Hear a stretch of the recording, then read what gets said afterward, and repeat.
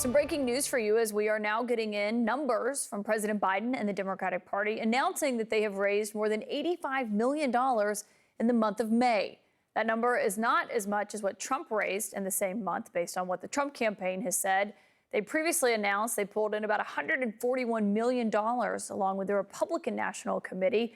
But the Biden campaign does have a huge cash stockpile when you look at these month to month and the big numbers overall. They have $212 million on hand tonight.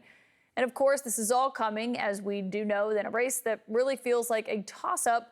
It's all coming down also to a coin flip. We're talking about who will be standing where 1 week from tonight during the Trump-Biden debate, and also who is going to have the last word. Biden won the coin toss, which meant he got to choose either where he was standing or who went last. He chose to be on the right side of your screen, just as in the last two debates with Donald Trump. And Trump, in his reality TV fashion, has decided he would like to get the final word of the night. Here tonight on set with me, Maggie Haberman, senior political correspondent for the New York Times and CNN political analyst.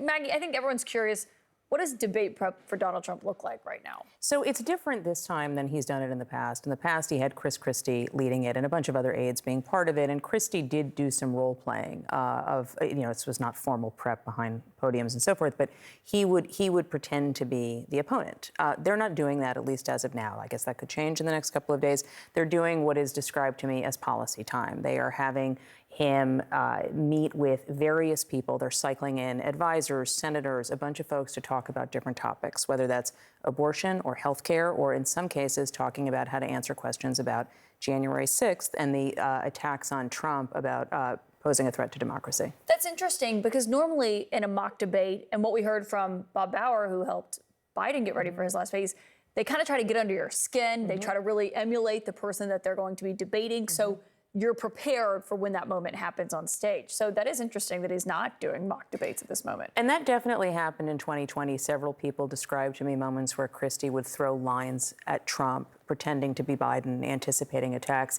And Trump, I think, was genuinely surprised by them. I don't think there's a ton that Trump is going to be surprised by on this one. I think that the way that the Trump folks are looking at it is, number one, Trump doesn't generally do prep the way people tend to. He doesn't like prep. It feels too much like school. And so they try to find ways where they can engage with him.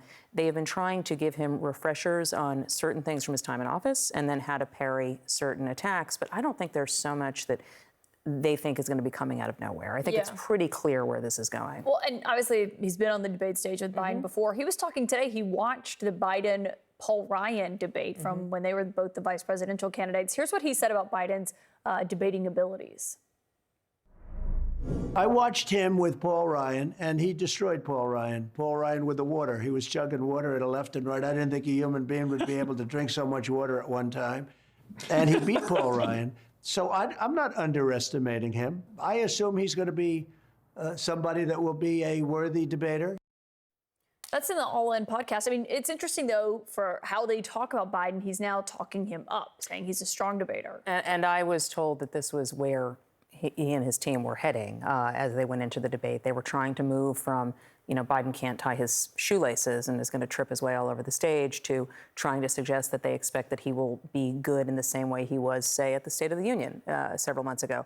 And so there is an awareness in Trump's world that they have lowered the expectations pretty solidly for Biden. I don't know that, a week out from the debate is enough time to try to recast that. But Trump did not help himself, in 2020 when he was constantly interrupting Biden. He knows that. He has said that to people.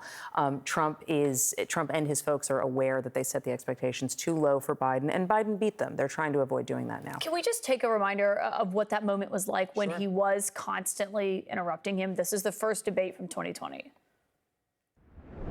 Vote now. You're going to pack the Make court? sure you, in fact, let people know He doesn't want you're a to answer the senator. question. I'm not going to answer the question Why because wouldn't you answer that because question? the question You is want to put a lot of the new question Supreme Court is justice, the radical question, left. Will you Who shut is up, man? Listen, who is?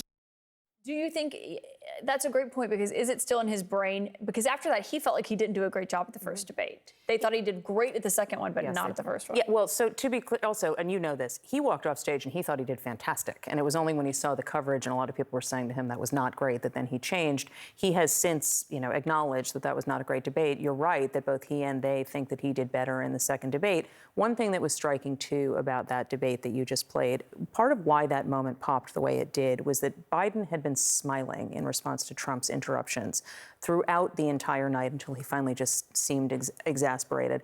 I don't know how much either one of these guys is going to be smiling at the other. I mean, the antipathy that they have for one another is deep. Or any of us are going to be smiling. I mean, what did you make of? So Biden got to pick whether he wanted to pick his podium or pick who went last. He picked which lectern he'll be standing out, same side as always, which is his preferred side. What do you make of Trump having the last word, though? I think that it's not surprising. I think Trump likes having the last word in all situations, number one. But number two, I think that the Biden team likely sees that as a positive for them because they think more of Donald Trump is a good thing. And so if the last thing that viewers see is Donald Trump, I think their expectation is that's more likely than not better for them. I don't know that that will be the case, but I imagine that's their thinking. We'll see how it goes. Maggie Haberman, it's going to be fascinating, to say the least.